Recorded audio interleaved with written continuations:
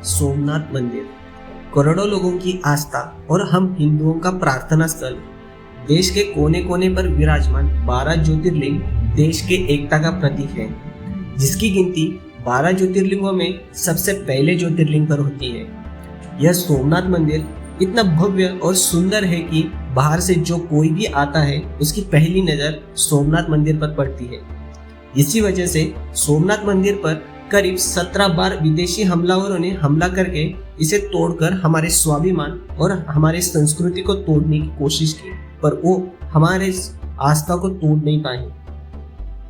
Hello friends, मैं नितिन महाडिक आप सभी का स्वागत करता हूँ फिर से एक बार एक नई वीडियो में। तो चलिए जानते हैं सोमनाथ मंदिर का इतिहास, मंदिर की रहस्यमय और पौराणिक कथाएं, इसकी वास्तुकला, इसकी सुंदरता और सोमनाथ मंदिर कैसे पहुंचे। पर उसके पहले अगर आप हमारे चैनल पे न्यू है या अभी तक आपने चैनल को सब्सक्राइब नहीं किया है तो चैनल को फटाफट सब्सक्राइब कर दीजिए। सोमनाथ मंदिर भारतीय इतिहास के सबसे प्रसिद्ध हिंदू मंदिरों में से एक है, जो भारत के गुजरात राज्य के सौराष्ट्र क्षेत्र के वेरावल में स्थित है।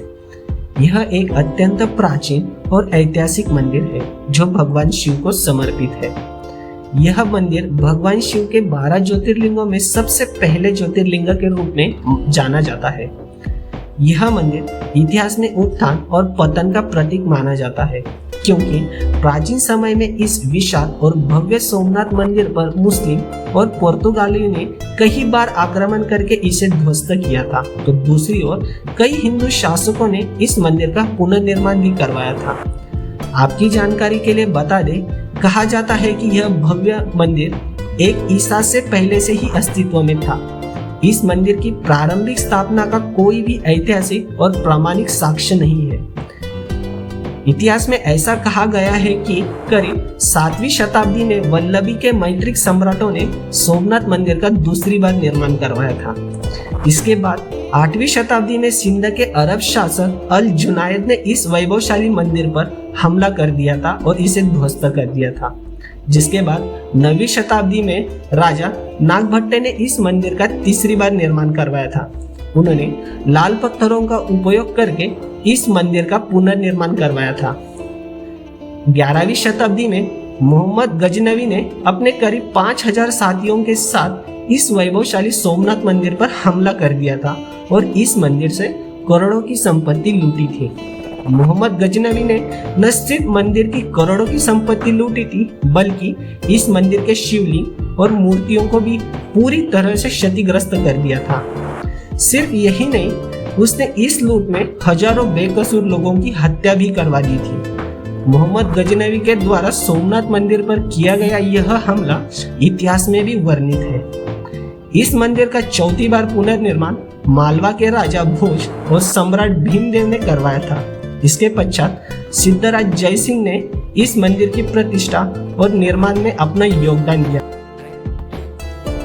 1168 में विजयेश्वर कुमार पाल और सौराष्ट्र के सम्राट खंगार ने भी इस मंदिर के निर्माण का कार्य किया। उन्होंने इस मंदिर के सौंदर्यकरण को अच्छा बनाने पर जोर दिया था। इसके बाद दिल्ली के सुल्तान अलाउद्दीन खिलजी के सेनापति नुसरत खान ने 1297 में गुजरात पर अपना नियंत्रण स्थापित करने के दौरान इस मंदिर को ध्वस्त कर इस मंदिर की प्रतिष्ठित शिवलिंगों को खंडित कर दिया था। इसके साथ ही उसने इस मंदिर में जमकर लूटपाट भी की थी। इसके पश्चात भी इस मंदिर का उत्थान और पतन का सिलसिला जारी रहा। 17वीं शताब्दी में मुगल शासक औरंगजेब ने भी अपने शासनकाल के दौरान इस मंदिर पर 2 बार आक्रमण किया था। औरंगजेब ने न सिर्फ इस मंदिर को ध्वस्त किया, बल्कि यहाँ पर जमकर लूटपाट भी की और कई लोगों की हत्या भी करवाई थी। इस वर्तमान मंदिर का निर्माण भारत के पूर्व गृह मंत्री स्वर्गीय सरदार वल्लभ भाई पटेल जी ने करवाया था। सन 1951 में देश के पहले राष्ट्रपति डॉक्टर राजेंद्र प्रसाद जी ने इस मंदिर में ज्योतिर्लिंग की स्थापना की थी। साल 1962 में भगवान शिव को समर्पित यह मंदिर पूर्ण रूप से बनकर तैयार हो गया था। इसके बाद भारत के पूर्व राष्ट्रपति शंकर दयाल शर्मा ने 1 दिसंबर 1995 को राष्ट्र की आम जनता को यह मंदिर समर्पित कर दिया था। वर्तमान समय में यह मंदिर हिंदुओं का एक विशाल और भव्य तीर्थ स्थल है और लाखों हिंदुओं का आस्था केंद्र है। इस मंदिर के बारे में ऐसा कहा जाता है कि सोमनाथ मंदिर में स्थापित भगवान शिव इस ज्योतिर्लिंग के दर्शन से मात्र सारे भक्तों के कष्ट दूर हो जाते हैं। एक पौराणिक कथा के अनुसार इस मंदिर का निर्माण स्वयं चंद्रदेव ने किया था, जिसका उल्लेख हिंदुओं के पवित्र ग्रंथ ऋग्वेद में स्पष्ट रूप से किया गया है।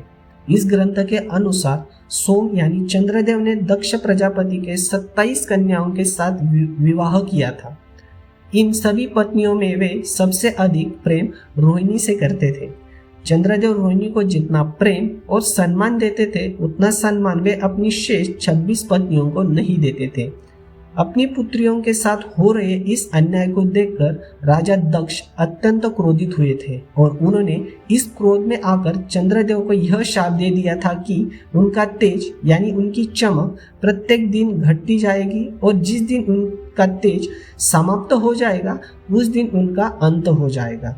शाप के कारण प्रत्येक दूसरे दिन चंद्रदेव का तेज घटता जा रहा था, जिसके कारण चंद्रदेव अत्यंत दुखी और विचलित रहने लगे थे। इस शाप से मुक्त होने के लिए चंद्रदेव ने भगवान शिव की कठोर आराधना शुरू की। चंद्रदेव की आराधना से भगवान शिव अत्यंत प्रसन्न हुए।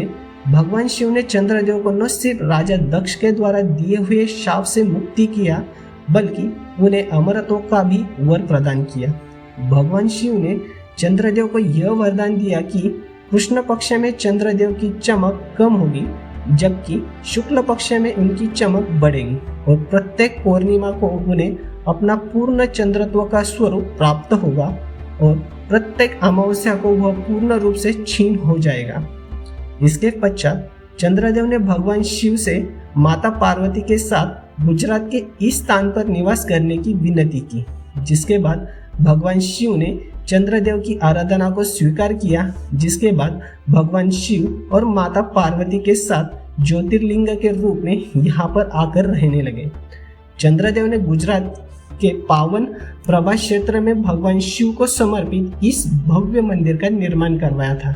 इस मंदिर की महिमा विश्व भर में है।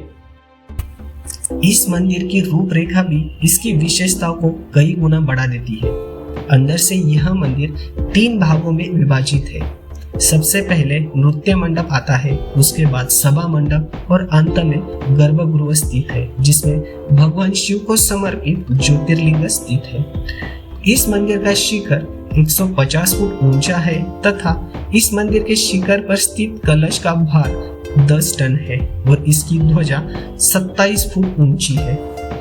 इस मंदिर की वास्तुकला के कारण यह मंदिर सभी के लिए एक आकर्षण का केंद्र है।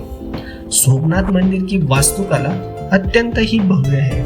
इस मंदिर का निर्माण चालुक्य स्थापत्य वास्तुशिल्प के आधार पर किया गया है। इसके साथ ही इस मंदिर की बनावट को प्राचीन हिंदू वास्तुकला का नायाब नमूना ही माना जाता है। इस मंदिर की जटिल नक्शेली संरचना असाधारण दिखाई देती है। इस मंदिर की अनूठी वास्तुकला एवं बनावट यहाँ आने वाले भक्तों का ध्यान अपनी तरफ आकर्षित करती है। इस मंदिर के पत्थरों की दीवारों पर अनगिनत मूर्तियां उकेरी गई है, जो जीवंत दिखाई देती है। देश और विदेश से करोड़ों श्रद्धालु इस मंदिर की वास्तुकला और भव्यता को देखने के लिए आते हैं। इस मंदिर के दक्षिण दिशा में एक बहुत पुराना खंभा है, जिसे बाण स्तंभ कहा जाता है। वहीं इस खंबे के ऊपर कलश के बीचों बीच एक तीर रखा हुआ है। धार्मिक मान्यताओं के अनुसार यह तीर यह प्रदर्शित करता है कि इस पवित्र सोमनाथ मंदिर और पृथ्वी के दक्षिण ध्रुव के बीच पृथ्वी का कोई भी अन्य हिस्सा नहीं है। मंदिर के प्रवेश द्वार के निकट एक फोटो गैलरी बनाई गई है। इस फोटो गैलरी में मंदिर के खंडहर, उत्खनन और जीर्णोद्धार के तस्वीरें हैं। सोमनाथ मंदिर के निकट 2 प्रमुख धार्मिक स्थल है, जिसके कारण इस क्षेत्र का महत्व और अधिक बढ़ जाता है। और इन मंदिरों से 5 किलोमीटर की दूरी पर हिंदुओं का एक प्रसिद्ध तीर्थ स्थल है, भालका तीर्थ स्थल। लोक कथाओं के अनुसार यहीं पर भगवान श्री कृष्ण ने अपना देह त्याग किया था। इस मंदिर के परिसर में भगवान गणेश जी का एक अत्यंत सुंदर मंदिर स्थित है। इसके साथ ही इस मंदिर में गौरीकुंड नामक सरोवर बना हुआ है। इस सरोवर के निकट भगवान शिव का एक शिवलिंग भी स्थापित है। इसके अलावा सोमनाथ मंदिर के परिसर में माता अहिल्याबाई द्वारा निर्मित मंदिर और महाकाल का भी एक विशाल और सुंदर मंदिर बना हुआ है। अगर आप सोमनाथ मंदिर जाने का प्लान बना रहे हो तो आप बाय रोड, ट्रेन से या फ्लाइट से भी सोमनाथ मंदिर जा सकते हैं। सोमनाथ मंदिर जाने के लिए सबसे अच्छा साधन सड़क मार्ग है, क्योंकि सड़क मार्ग द्वारा सोमनाथ मंदिर जाने के लिए कई विकल्प आपको उपलब्ध हो जाएंगे। अगर आप ट्रेन से जा रहे हैं तो सोमनाथ मंदिर का सबसे नज़दीक रेलवे स्टेशन वेरावल जंक्शन है, जो इस मंदिर से लगभग 5 किलोमीटर की दूरी पर स्थित है। अगर आप फ्लाइट से जा रहे हैं तो सोमनाथ मंदिर का सबसे नज़दीक एयरपोर्ट दीव एयरपोर्ट है, जो इस मंदिर से लगभग 63 किलोमीटर की दूरी पर है। इस एयरपोर्ट से सोमनाथ मंदिर पहुंचने के लिए आपको नियमित बसें और लग्जरी भी मिल जाएगी। आपको हमारा ये वीडियो कैसा लगा हमें कमेंट बॉक्स में कमेंट करके ज़रूर बताइएगा। इसके साथ चैनल को लाइक, शेयर एंड सब्सक्राइब जरूर कर देना। धन्यवाद।